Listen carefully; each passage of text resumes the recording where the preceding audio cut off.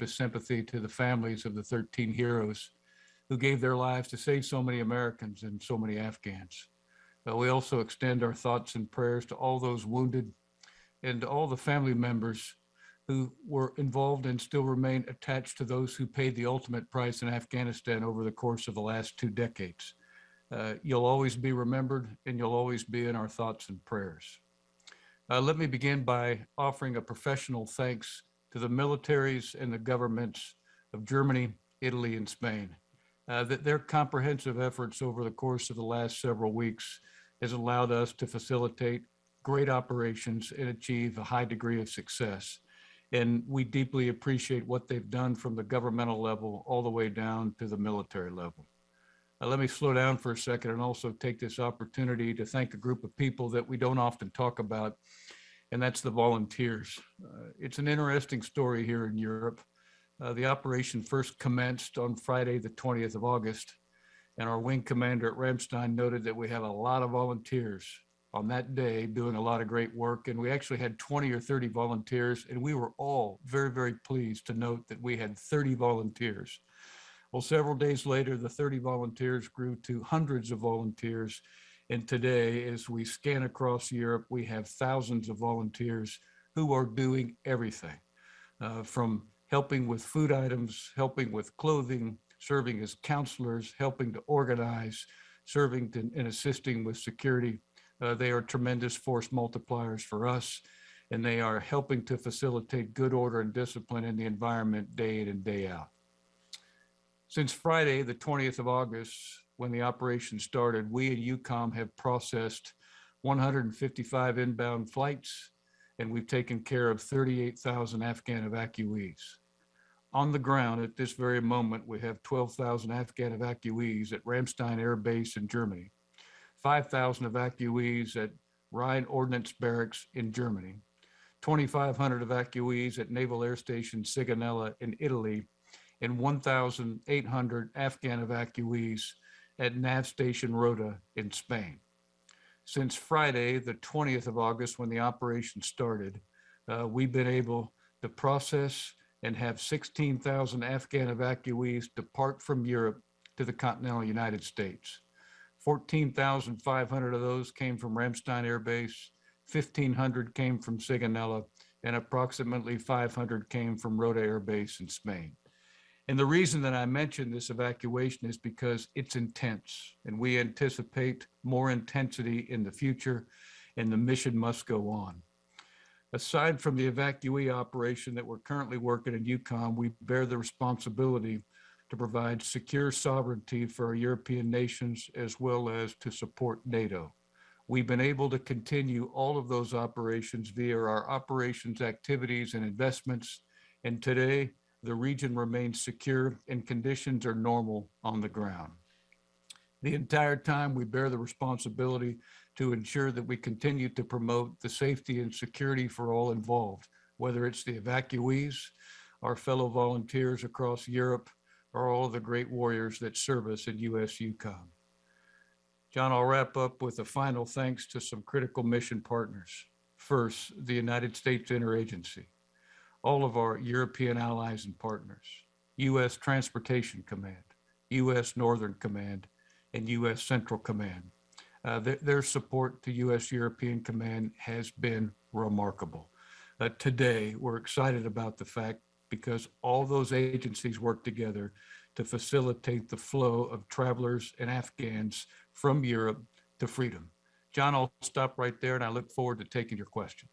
Thank you, General. Appreciate that. We're going to start with Lita Baldor from AP. Lita, I think you're on the phones, yeah? Yes, thanks, John. Thank you, General. I have a question about the screening of evacuees as they come in, and I realize the military isn't doing a lot of that, but can you give us a better picture of what is happening to people who may be failing the screening or problems with screening? Are the countries, the allies that you're dealing with, are they expressing some concerns about what is going to happen to those people? What will the U.S. do with them? And can you tell us also if there has been any COVID problems with those evacuees as they are being processed? Thank you. Uh, Lead, I'll kind of go reverse order. Number one, we're pleasantly surprised at the very, very few COVID situations that we've had abroad in Europe. Our policy is to allow the field commanders in place to govern the administration of COVID testing and COVID vaccination based off conditions on the ground.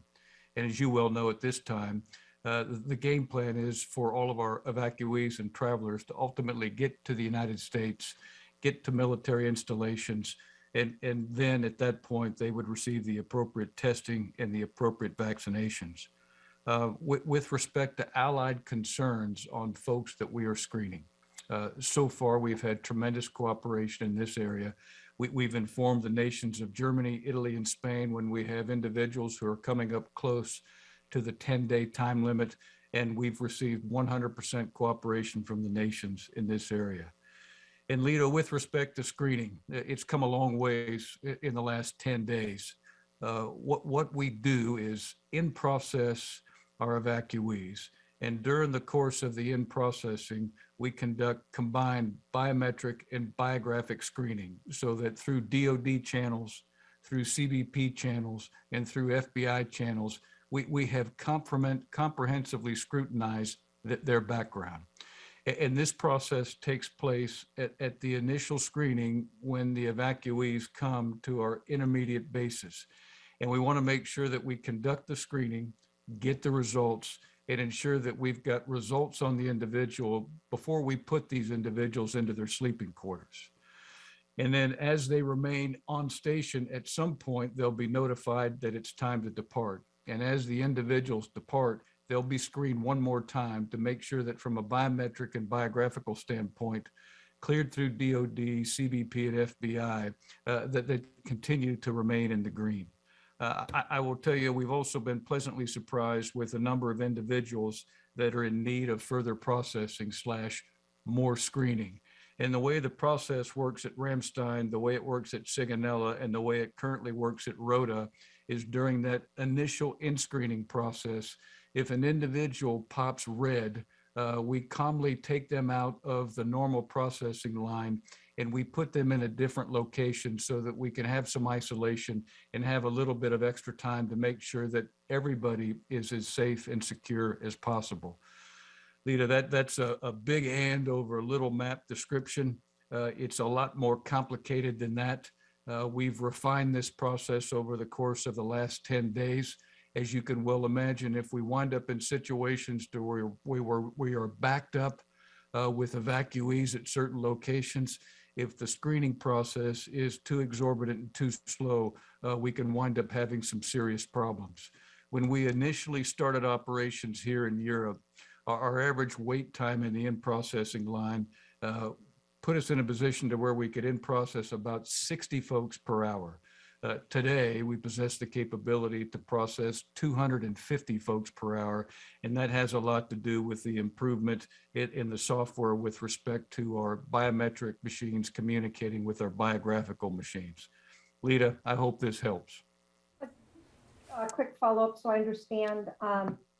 When you say 250 folks per hour and 60 per hour, is that because you have more locations, or are you talking about at one particular location? And that's all I have. Thanks. That's an average of the 3 current locations that we're working with here in Europe, at Ramstein in Germany, at Rota Nav Station in Spain, and at Sigonella in Italy. General Walters, it's Courtney QB from NBC News. I have just a couple follow-ups on all of that. So what happens when the individual pops red, as you said, and is sent for further screening? Have you had any who have not been ultimately cleared, and what happens in that case? And then I just want to be clear, when you're talking about the COVID situations, you're not actually doing any testing for COVID of the evacuees, correct? They don't get tested until they come to the U.S. Or if you are, can you tell us how that's happening? Is it only people who present symptoms or self-identify as having symptoms? Courtney, the process is, as you just described. Ultimately, the plan is to test these individuals once they get to CONUS to their final military installation.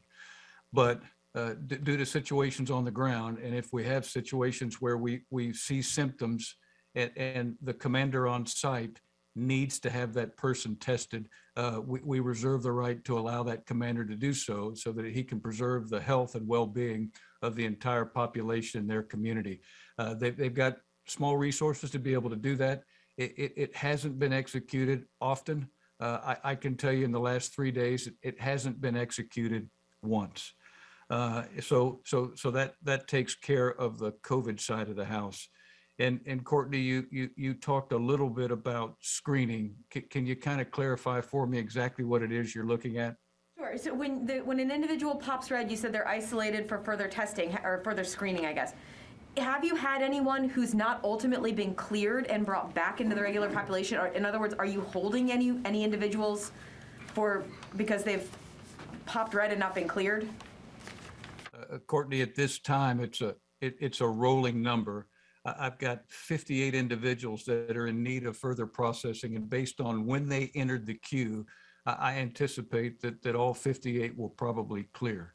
I will tell you that we've had one individual since the operation started in Europe on the 20th of September who actually popped red, and that individual is currently in the appropriate custody of U.S. interagency officials. And Germany has been very, very cooperative, and we are still working his background investigation. Okay. Jen? General Walters, Jennifer Griffin with Fox News. Can you give us any more details about that individual and what kind of security threat he posed? Was he a member of ISIS-K, Taliban? And just so I understand what you told Courtney, there's no COVID testing being done of these individuals before they get to CONUS. Why? First, Jennifer, the individual that's currently in custody is not of a high threat as far as I know. The rest of that information is protected, and that's with our agencies here that are representative of that individual. With respect to testing, based off the requirement and the timelines of the nations allowing us to use their soil for 10 days, it can become an administrative challenge with respect to moving people. As I said, Jennifer, commanders on the ground have the right to conduct testing and administer vaccination if conditions on the ground warrant. And that's a commander's call that they're equipped to make, and they've got the resources to be able to support that. But for the purpose of facilitating the flow of our evacuees to their final destination in CONUS, in order to comply with the restrictions of the nations, this is the current policy that we have in place. Go to the phone lines. Jeff Schogel. Thank you, General. You had mentioned that you expected the mission to grow more intense. Can you elaborate on that? I can, Jeff. We're at a point right now where we're processing in about the same number that we're processing out, and it's not comfortable for our troopers in the field. It's challenging. There is the potential that we would be in a position in Europe as a result of our existing capacity to continue to facilitate the flow of evacuees out of the Middle East to ultimately get to the United States. So in order to make sure that our troops are as ready as they can possibly be, we are hoping for the best, but preparing for the worst. And so that intensity level has to remain very, very high with respect to our readiness to be prepared to process folks. I think what I've seen in the last 6 hours tells me that we're about to become in a position to where we're going to process about 500 or 600 in every day, and we're probably going to have 2,500 to 3,000 to depart every day. And if that continues in perpetuity for the remaining time, we'll be in good shape. But the next 24 hours will be very, very telling, and I want to make sure that our troopers are prepared for the most intense situations possible. Jeff, that's why the narrative surrounds that conversation. Thank you. And are any of the Afghan refugees being housed at Camp Bondsteel in Kosovo? None of our U.S. Afghan evacuees are at Camp Bondsteel. We are just on the edge with respect to NATO capability to putting some NATO Afghan evacuees into Camp Bechtel, which is very close to Camp Bonstill, but we haven't started that yet. Sophie? Hello, General. Sylvie Lantom from AFP. The Europeans were a bit frustrated by the way the evacuation went in Kabul. They were not able to evacuate as many as their citizens as they wanted. And today there was a meeting, a meeting of the defense ministers of the European Union, and they talked about creating a European rapid reaction force. Do you think, as SACEUR, do you think it would be a good idea? Well, first, I can't speak for the European Union. I certainly can speak as SACEUR for NATO. I've had reports from many nations, and the reports that have come to me through military channels and Minister of Defense channels have all actually been in the positive. And I would tell you that NATO and the EU are always attempting to do all that they can to make sure that we can facilitate peace on our soil. And I can't speak for the efforts that you're quoting with respect to the European Union, but I would say anything that we can do to promote peace and security on the European continent is a plus. Megan? Hi, General Walters. It's Megan Myers from Military Times. You mentioned that the European countries have given you a 10-day deadline to get these evacuees moved through. So which screenings or processes are they doing in Europe, and what do they have to finish up when they get to the U.S.? Is it more screening, or is it just resettlement? What processes need to be finished? Megan, our evacuees receive biometric and biographical screening. They actually get screened twice. Once when they come in to our intermediate staging basis, once they've been initially screened, then they're put in their sleeping quarters. And once it's time to depart, they're screened one more time to make sure that we've cleared as many wickets as possible. And once they get to the United States, I believe they go through a similar process with the same machines to make sure that they continue to clear DOD, CBP, and FBI. Health screenings or anything like that that's going on in Europe, that final step in the process is still going on stateside? A thorough health screening will occur stateside, but we're in a position with our medical resources to get a broad brush scan from a medical perspective and to take temperatures and to make sure that we're treating folks that need immediate medical help. And in many cases, it happens to be expectant mothers. Tara?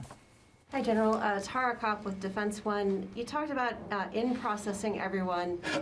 We learned yesterday that many of the SIV applicants that had tried to get out of Afghanistan didn't get through. So could you give us a picture of who actually did get through? If they weren't SIVs, who are they? Are they P1s, P2s? Are they Afghans? Could you talk a little bit about what you've seen in the processing? Tara, I will tell you that I don't have the facts that you're quoting with respect to the statistics between what came out of HKIA to the Middle East and here. I can tell you that of the number of folks that I told you that we process, we're in a position to where we have 792 AMSITs, we have 996 legal permanent residents. But aside from those qualifiers with respect to the individuals, that information is probably kept in DOS channels, and you probably need to direct your question to that agency. Okay, back to the phones. Jared? Hi, sir. My question's been answered. Thank you. Hey, Jared, you're breaking up. Can you try it again? Yes, sir. My question has been answered. Thank you. I didn't get that. Go ahead. Yes, so Brian Everstein with Aviation Week. You had mentioned at the top you had 155 inbound flights. How many outbound flights have you had? And with the Kabul airlift ending, are you getting more gray tail capacity into your AOR to help with the outbound? If so, do you anticipate needing craft assets for an extended period of time? Brian, right now, we don't have a need for Civil Reserve Air Fleet participation just because we're probably reaching a point where it's not required. We've had 155 inbound flights, and I don't have the precise number of outbound flights, but I would suspect that it's fairly close to that. So as long as the flow continues as expected, for the next 12 hours, we're bracing for high intensity. But after that, we should be in a position from a gray tail perspective to where the United States Air Force on the C-17 side of the house can adequately support the flow into Europe and the flow out of Europe. Okay, time for one more, and then we'll let the general wrap it up. Go ahead, Tony. Hey, so Tony Capaccia with Bloomberg News. On the biometric screening, can you give a sense of what databases are being tapped when someone gets a biometric screen? And will that information translate over to the United States or their eventual residents to help them get identification when they land here or their home or where they end up? Hey, Tony, the biometric side of the screening, I believe, taps the DoD base, and the biographic side of the screening that gets into fingerprinting and the retinal scan gets into CBP and FBI. I can tell you on my limited computer experience that those databases have the capability to talk to one another. So you can flip cross-court from DoD to CBP and FBI, and we can take this electronic database and flip it to CONUS. So with respect to the question that you asked, my simple answer is there is compatibility in those systems to the agencies that I just identified, and there is compatibility with those capabilities from the European continent to the continental United States. Thanks. General, I'm going to thank you so much for your time. I apologize for the technical difficulties early, but I'd like to turn it back over to you for any closing comments you might have, sir. Well, John, first, thanks to you for doing what you are doing. And I just wanted to foot stomp one more time the tremendous patriotism that we see from our volunteers. They're DoD dependents. That they are local nationals from Germany, from Spain, and from Italy. And they're excited when they see these Afghans. And when they look in their eyes, that they see folks with hope and inspiration, and that actually gives them inspiration. And I want to thank our nation for doing what it's doing in treating all of these Afghan evacuees with dignity and respect. Very much, General. Appreciate your time this afternoon and this evening. Okay, I got a few things to go through with you, and then we can take some additional questions. In the wake of Hurricane Ida, the department is working closely with FEMA and local, state, and federal partners in supporting the states and areas impacted. Currently, there are roughly 5,800 National Guard soldiers and airmen from Louisiana and 10 other states responding to the aftermath of the hurricane in Louisiana. In Pennsylvania, roughly 140 Guard personnel have been activated along with high water vehicles and helicopters to support areas that are affected by the flooding. As of this morning, more than 650 active duty personnel are supporting hurricane response operations in and around Louisiana. The mission sets include route clearance, debris removal, high water rescue, and transport. The U.S. Army Corps of Engineers has deployed survey boats in southeast Louisiana in coordination with the Coast Guard to help open navigation lanes in the region. And the Corps is also providing technical engineering assistance to state and local authorities for flood response and risk management.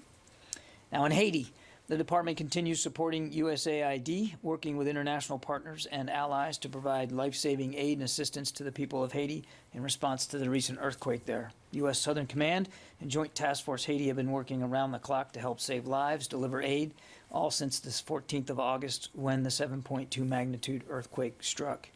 As of early this morning, the Joint Task Force team has conducted more than 660 missions, delivered more than 573,000 pounds of aid, and saved or assisted more than 477 people. We'll continue working with this humanitarian operation until USAID, working with Haitian officials, determines that the department's unique airlift, maritime, transport, and logistic capabilities are no longer necessary, as commercial options to transport supplies by air, land, and sea increase on their own. Search and rescue on the new topic, the Navy and the helicopter crash that they had yesterday. Search and rescue efforts continue for the 5 missing crew members of the MH-60S helicopter that crashed into the sea yesterday while conducting flight operations from the USS Abraham Lincoln. The aircraft from Helicopter Sea Combat Squadron 8 was operating on deck before the incident. The sailor who was rescued from the aircraft was transported ashore and is in stable condition. The 5 additional sailors aboard Abraham Lincoln who suffered injuries are also in stable condition. 2 of the 5 Abraham Lincoln sailors were transported ashore for treatment, while 3 of the 5 Abraham Lincoln sailors had minimal injuries and remain aboard the ship. An investigation, of course, into the cause of this incident is underway. Now, on to the boards. Back in January of this year, the Secretary directed a zero-based review of all DoD advisory committees to include any committees not subject to the Federal Advisory Committee Act, to ensure that committee efforts are focused on our most pressing strategic priorities and our national defense strategy. The Zero-Based Review Board has completed its work, and they presented their recommendations to the Secretary, and the Department is now poised for many of the advisory committees to resume their essential work. The Department's boards and committees have been and will continue to be a valuable resource as we defend the nation, succeed through teamwork, and take care of our people. The Secretary looks forward to working with many of these bodies personally and expects other department officials to do the same. After careful consideration of the recommendations resulting from the zero-based review, the Secretary has approved the following advisory committees for the resumption of operations. Recommendations for other boards are still under consideration, and we will announce the results of more advisory committees in coming weeks. But the ones that are approved now to resume their work are the Defense Business Board, the Defense Policy Board, the Defense Health Board, the DoD Board of Actuaries, the Medicare Eligible Board of Advisors, Defense Science Board, Defense Advisory Committee on Investigation, Prosecution, and Defense of Sexual Assault in the Armed Forces, the Uniform Formulary Beneficiary Advisory Panel, Inland Waterways Users Board, DoD Wage Committee, Board on Coastal Engineering Research, Marine Corps University Board of Visitors, the Department of Air Force Scientific Advisory Board, U.S. Strategic Command Strategic Advisory Group, the Army Science Board, and finally, the Defense Advisory Committee on Women in the Services. As these boards get populated, we will be again transparent with you as members are brought back into the board work. September is Suicide Prevention Month. The health, safety, and well-being of our military community is essential to the readiness of the total force. The department is committed to preventing suicide among service members, veterans, and their families.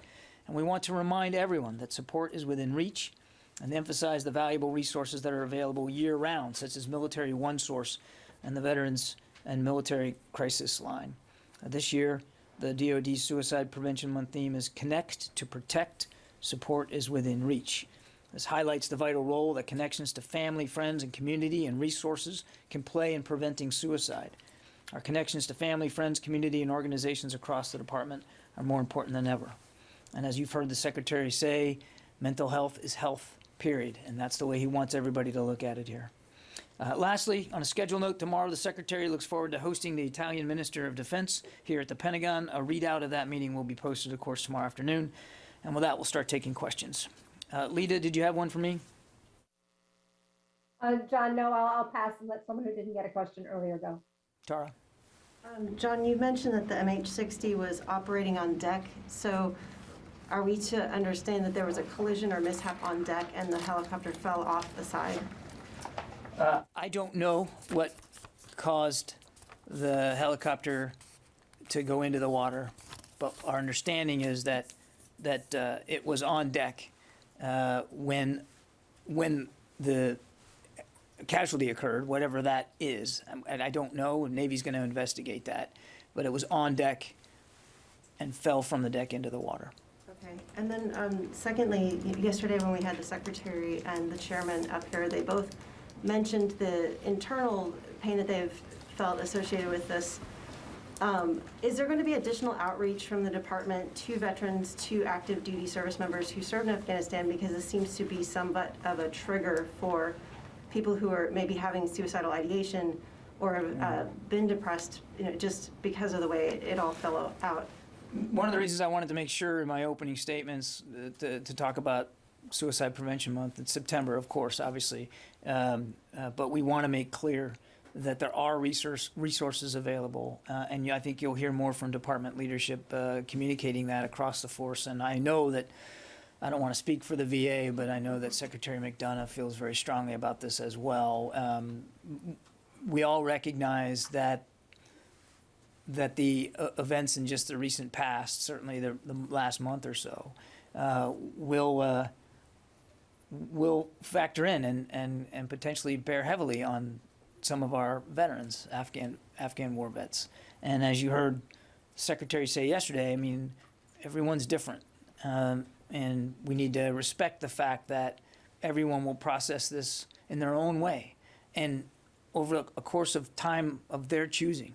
But it's important, and I tried to hit this at the top, that however you end up processing this, that you know it's okay to reach out for help, whether that's professional help or just friends, family, colleagues, that it's important that we respect each other and try to stay in touch with one another going forward. But I do think you'll continue to hear throughout this month additional messages from department leadership about that issue, but also just writ large how that ties into mental health in particular.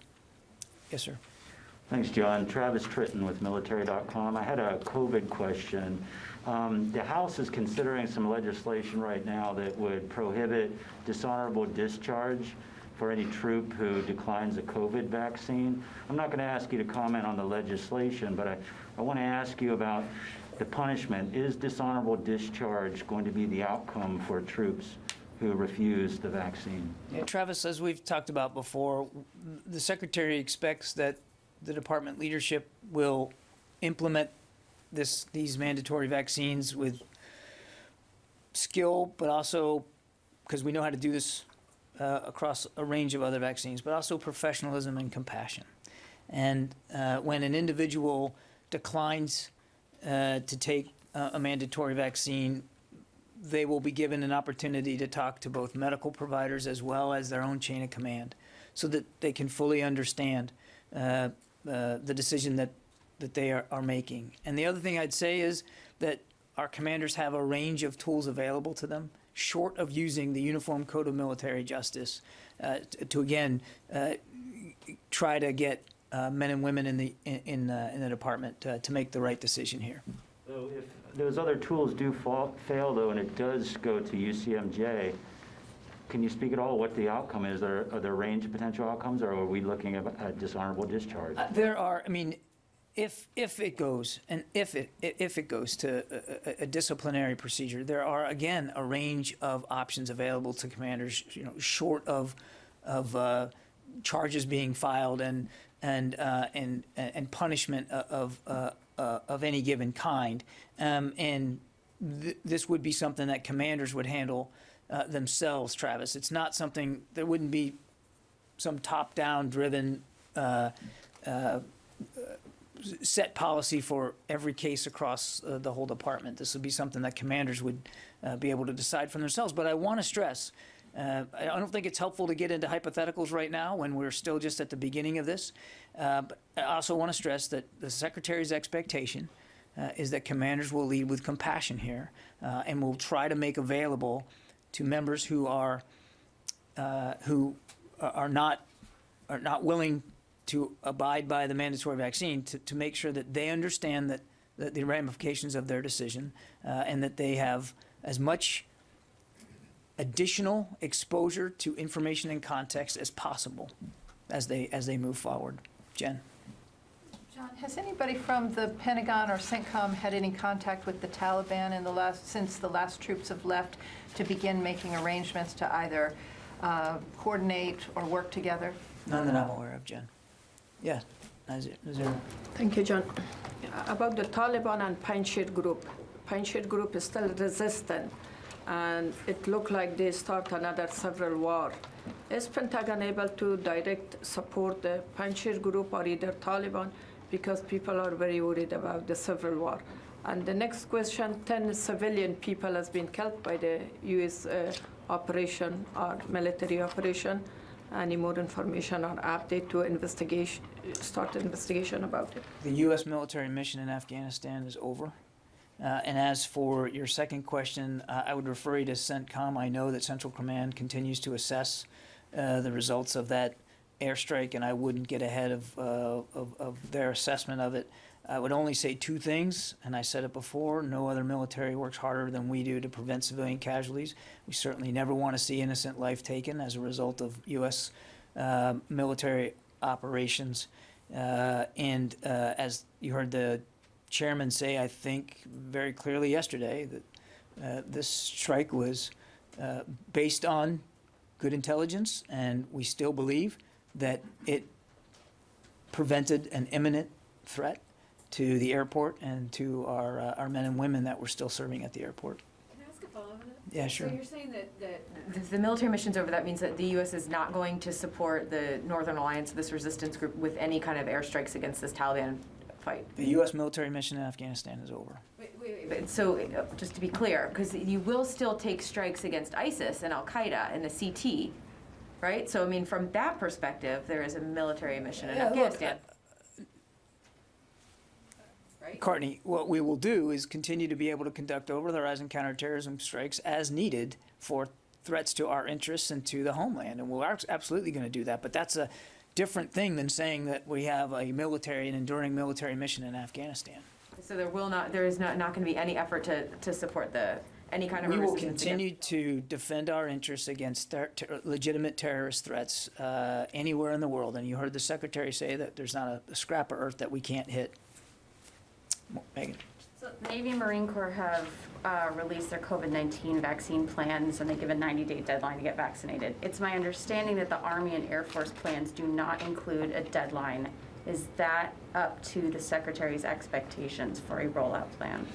I'm not going to speak for the Army and the Air Force. I have seen the Navy's directives. My understanding is that the Army and the Air Force will be setting forth their timing or their implementation guidelines here very, very soon.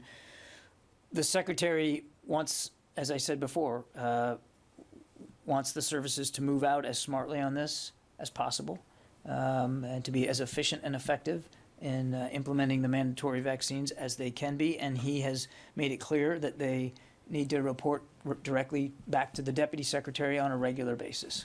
But if there's no deadline in there, how is that a mandate? And is that what the Secretary's expectations were for these policies? The Secretary expects that the services will implement the mandatory vaccine with skill and compassion, as I said, and will do it as swiftly and efficiently as their individual healthcare systems and capabilities allow. Yeah, go on. Thanks. John, you said, Secretary said, and President also said that when U.S. military was in Afghanistan, they gave their best training and weapons to the so-called Afghan military force, but they didn't fight. My question is, do you think anybody in the DoD or somewhere feels like, because according to many reports, that they were really Taliban, not the Afghan military? That's why they didn't fight. And second, according to the reports, Pakistan was helping, and they sent 10 to 15,000 Taliban from Pakistan into Afghanistan to fight and support the Taliban. So finally, any message from the Secretary to the millions of Afghans who said they are very thankful to the U.S. military that they had protected them for over 20 years, and what is their future? Let me try to take them one at a time if I remember them correctly. You're asking, do we believe that a large portion of the Afghan forces collapsed because they were Taliban?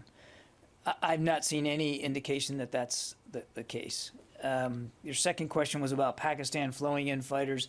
I've not seen anything to corroborate that report. I would, as we said before, Pakistan has a shared interest in the safe havens that exist along that border, and they too have become and have been victims of terrorist activity. And I mean, I think that's something that we all share in common here, is is helping each other not become victim to those kinds of attacks from that part of the world.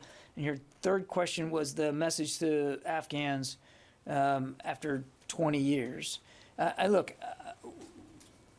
You said, I think the question you said was that we protected them for 20 years. And certainly there's truth in that statement. Well, I mean, we were on the ground there for 20 years with NATO and coalition partners, and we did spend blood and treasure to try to make sure Afghanistan doesn't become a safe haven again. And in the process of that, helped build Afghan force capability and competency in the field. Obviously, nobody could have expected that they would not fight the way that they didn't fight. But Afghan soldiers too fought and died for their country over the last 20 years. So it wasn't just about us protecting Afghan life. There many Afghan soldiers and many Afghan civilians also suffered over the last 20 years trying to make that country a better place. And we recognize that. I think you heard the Secretary and the Chairman both say that yesterday. Sorry, Secretary's message, who said that he fought himself this war, any message from him? I think I'm going to leave it to what the Secretary said yesterday. I don't believe that I can improve upon his words at the end of his comments yesterday. Thank you, sir. Therese. Yes, thank you, John. This goes back to the question earlier about veterans. As someone who has served and had the honor to serve with Afghans, we're taught from basic training on up. The number one thing we're taught is you do not leave your man behind. Now, how can the Department of Defense go before the American people, those military service members, and those veterans and say that the mission was accomplished when people were left behind? I think, Therese, we've been very clear that we don't believe the effort has concluded. The military mission of evacuation is over. And as you heard the Secretary and the Chairman say, so too is the U.S. war in Afghanistan. But you've also heard the Secretary of State say that we're still going. We know there are people that didn't make it out, American citizens as well as special immigrant visa applicants. And the U.S. government is going to continue to look for ways to try to help them find safe passage out of the country. I don't foresee a military role in that. But I would also remind, and again, let me make it very clear, as General McKenzie, I think, said very well, we're all heartbroken that we weren't able to get every single person out. We all recognize that. And don't think for a minute that people don't feel it here, because we do. But it is also important to remember the extraordinary effort that was expended over the course of some 17 days to get over 124,000 people out, including 6,000 American citizens, the vast, vast majority of those we believe that were there. Again, while recognizing that are still individuals that will want to get out and will need to get out, and we'll still work on that, I don't want it lost, the extraordinary effort that cost additional bloodshed of American troops. I don't want that lost either, that effort was done with exceptional professionalism and skill. Think about the airlift effort alone over the course of 17 days, no mechanical breakdowns. I mean, it was an incredible effort, and I just don't want that to be lost in what is fair scrutiny and fair criticism, that not everybody was able to get airlifted out. An awful lot of people were. Tony. A question on the after-action reports that the Secretary yesterday said would be done with humility and transparency, and General Milley kept alluding to. Has a process been started yet to do a formal after-action report? And what will be the topics? Will it be I'll include the broad topics and the evacuation? Yeah, Tony, I'm not aware of a formal process here, so I can't speak to a report. It is, as you well know, common practice for us to do after-action reports on almost everything that we do. So I have full expectations that as a department, we will take the time to go back and look at this operation, as the Secretary said, and try to learn lessons from it. Now, whether that's produced in a formal report that makes public, that's made public, I can't attest to that right now. But we obviously will go back over the course of appropriate time and try to see what we could have done better and what we can learn from this operation. The other thing, too, yesterday, the Secretary rightly alluded to the sacrifice of thousands of U.S. contractors who died. I want to ask you, does the DoD have a rough order number for how many contractors died? Brown University is widely cited 3,841. Yeah. And I've said informal swag, but I wanted to, does DoD have something? And if not, can you make an attempt to try to get a number? Let me take the question, Tony. I don't have a figure here with me today, but I'll take the question and see if we have a better answer for you. There's a lot of interest in that subject, and he rightly brought it up yesterday. So. It was by no coincidence that he mentioned the sacrifices of our contractors and the mourning and the suffering that their families are going through, because they were right there on the ground with us almost from the very beginning. Let me take the question and see if we have a better answer. As you might imagine, that might be a little bit more difficult for us to get to because contractors work for companies and weren't necessarily on the government payroll. The Labor Department has a lot of those stats. The Labor Department has some of those stats. I will take the question, Tony, and see what we can do to get you an answer. The Secretary said thousands too, so he must have some order of magnitude. If I understand. I'll take the question. Yes, ma'am. So thank you. So the Secretary Austin and Turkish Defense Minister had several phone calls about the providing security at the Afghanistan airport. What's the latest update, I would like to ask? And the second question is, the since airport security provider is still unclear, how those citizens will be able to live if there is no functioning airport? How this one? Yeah, no, I got that part. The first question, an update to what? The airport, the Afghanistan. So what's the update, the airport security? Who is going to take the Turkish? Airport security. Yeah, I think you've heard the State Department talk about this. There's a number of countries that are in discussions, Qatar and Turkey are two of them, for being able to provide some measure of airport security so the airport can get back up and running. And I understand that they are discussing with themselves how to move forward with the Taliban on that. And I would refer you to those two countries for updates. We would not be a party to that discussion. I got time for a couple more. Oren? Just a quick question. Do you have a number, an update on the number of Afghans at CENTCOM bases? At CENTCOM bases, I actually think I might. Hold on just a second.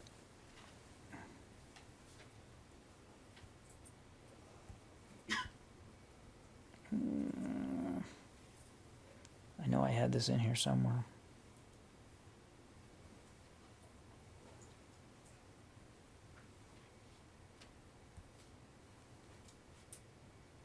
You know what, Oren, I'm not going to hold everybody up. I think I have it in here. Let me keep looking for it, but I do think I have it. I just have to find it. Oh, here we go. I did have it. In the Central Command AOR, the number is about 16,000. Yeah, thanks, and sorry for the delay there. Just a matter of finding it on the iPad. Yeah, Jim. John, how many American service members all told from the grounds of Afghanistan all the way back to, Fort Bliss in this area were involved in this? Can you give an idea of the scope of the involvement of the military in this?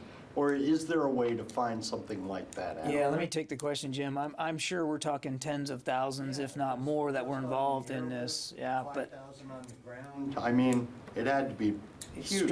It stretched multiple combatant commands' area of responsibility. You just heard from UCOM. You're going to hear from General Van Herk tomorrow at NORTHCOM. Of course, we know General McKenzie at Central Command. I don't know. It's a great question, and let us see if we can go back and do the math and get you something more reliable. But I have not seen an estimate of total U.S. military personnel involved in this from airlift to evacuation and beyond. But I'm sure it's quite sizable. And as you heard the Secretary say yesterday, we're proud of each and every one of them. Okay, thanks everybody. Appreciate it, and I think we'll see you tomorrow.